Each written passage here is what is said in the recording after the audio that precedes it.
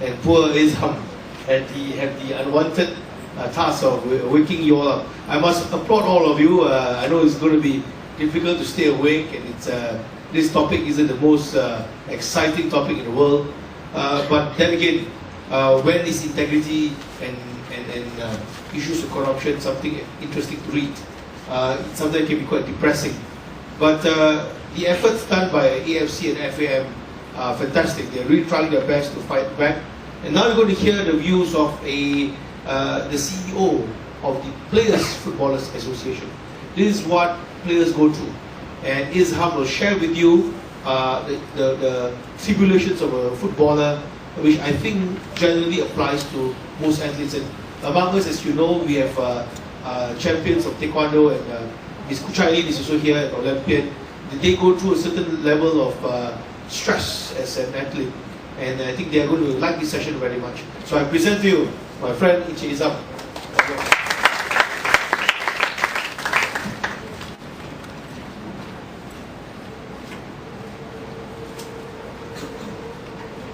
Thank you very much, Richard. I would like to first thank the organizing committee of RWY Sports Law Conference for having me here, and also to give me an opportunity to voice out the need to fight for the rights of the players and athletes. Rights of athletes and players, this are a special group of people that are walking among us that has been often overlooked. And I think it is timely for us to better understand the trials, tribulations that they are facing, they have been facing for many years.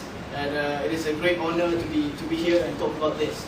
And I am the Chief Executive Officer of the PFA Malaysia, the Professional Footballers Association of Malaysia. We represent more than 400 professional footballers across the country. And I'm also the board member of FIFPro Asia Oceania, a World Players Union representing 65,000 professional footballers all over the world. And also a committee member of National Football Development Program, a nationwide program by the Ministry of Youth and Sports, trying to find the next football stars among us. This will be quite a challenging task for me because it is a final session of the day. And like in football, this is injury time. And, most of the time, this is when the magic happens. Yeah? And I hope I can score some golden goals. Yeah? All right. Well, like I said, we are a very special group of people.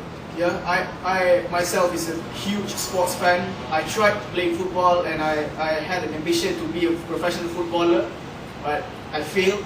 But I think this is the nearest I can get to the action by representing the footballers. If you look at the FIFPro data, FIFPro represents 65,000 professionals all over the world. And FIFA estimates that more than 262 million players are registered to participate in football. And if you do the math, it is 0.02%. Where this is a career where millions set out, but very few succeed. Yeah, when we talk about footballers and athletes, I can say that most of us have a different opinion about athletes and have different perception, and I would like to debunk some of the myths and realities. Yeah? If you look at the slides, why we are special, why the athletes are special, because of the talent that we have. And with talent, it is easy to dismiss the talent by saying that it is out of pure luck. And with luck, it is associated with lack of respect, and at the end of the day, the talent will be dismissed, and that is the kind of perception or action taken against the sports person. And that is why players are having difficulties in their employment. What we don't see, because what we see on the TV, on the field, is players who are driving BMWs, players having 5-figure salaries, lucrative contracts. That is what we see. And that is why we come to those conclusions. That is why we always come to the conclusion that, well, maybe they don't deserve it, maybe because they're lucky. Well, no.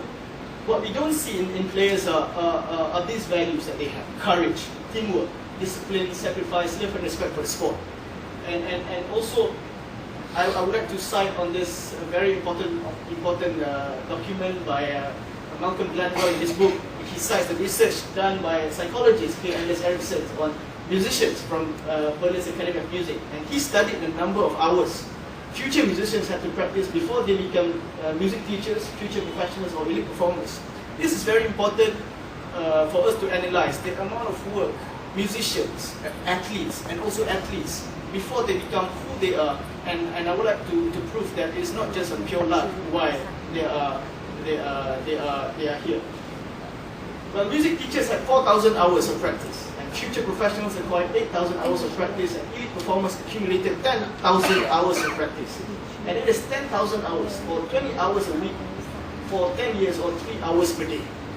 Well, if we ask ourselves, before we make the judgment, or we make any statement on why footballers or why athletes shouldn't earn this much, should we ask ourselves, are we ready to put that much hour of practice to become professional athletes?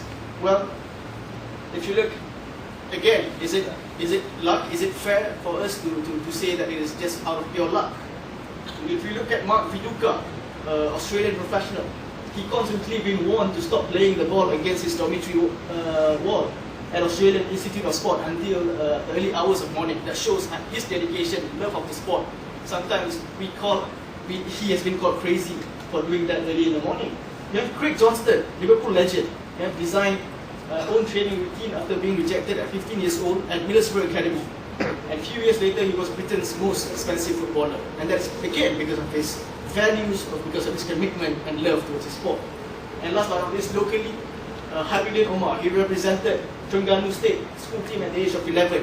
When other boys are having fun with their friends, hanging out with their families, he represents the state. And he won Malaysia Cup 4 times, and up until today, he's still playing at the age of 36. Well, like I said before, this is a very unique profession. And with that, we often overlook on their rights just because they earn more or earn lucrative salaries. And again, it is not without some limitation. 75% of the players identified as having talents to be professionals at 8 years old are out of the game by the age of 31. It shows how this career is quite a dangerous career or risky career to begin with.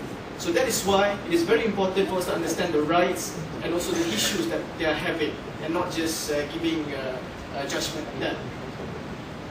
And we look at the average age. Yeah? Pro footballers in Europe, they are 25.82 years old, and in Malaysia it is 28.34 years old.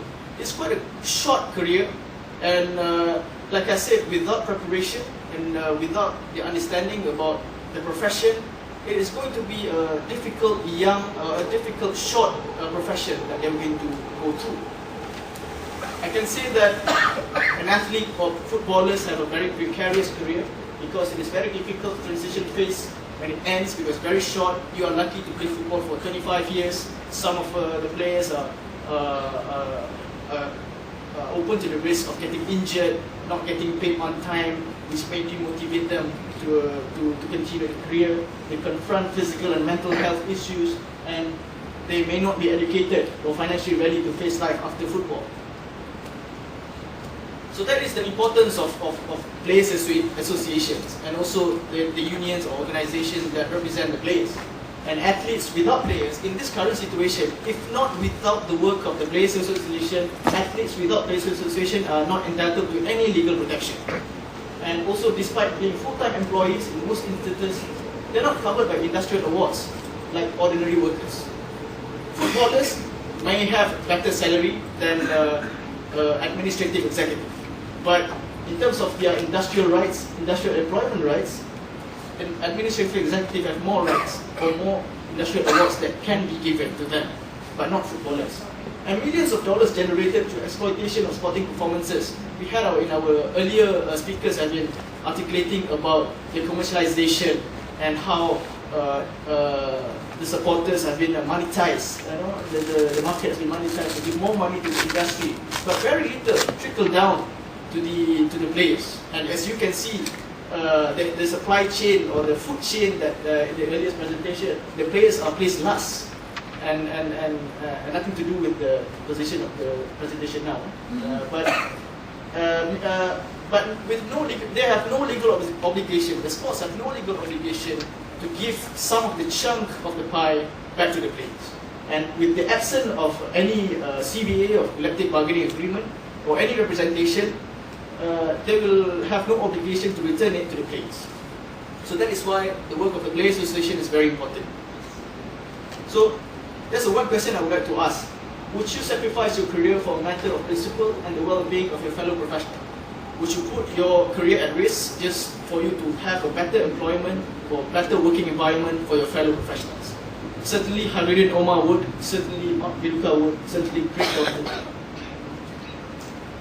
We have this concept in sports, specificity of sport. This is the phrase designed to capture sports' social and cultural role, and often being abused to justify unlawful violations of athletes' rights. Just because we feel that football is special, we need to treat footballers in a certain way, and without any universality of the principle. And from 19th century, administrators or sports took steps to regulate and control athletes irrationally, and fearing that any freedom would be a threat to the sports, and I will explain later. So we have this thing called also freedom of movement. Well, Martin Luther King expounded that freedom is never given to anybody. Privileged classes never give up their privileges without strong resistance. And this inspires a lot of athletes and footballers in the 90s to fight for the profession of themselves, for the hope that this profession will spur into a much more stable profession in the future. Like any other. We look beyond being a sports person. We look beyond being a footballer. We want to be a proper employee with employees' rights, labor rights given to us.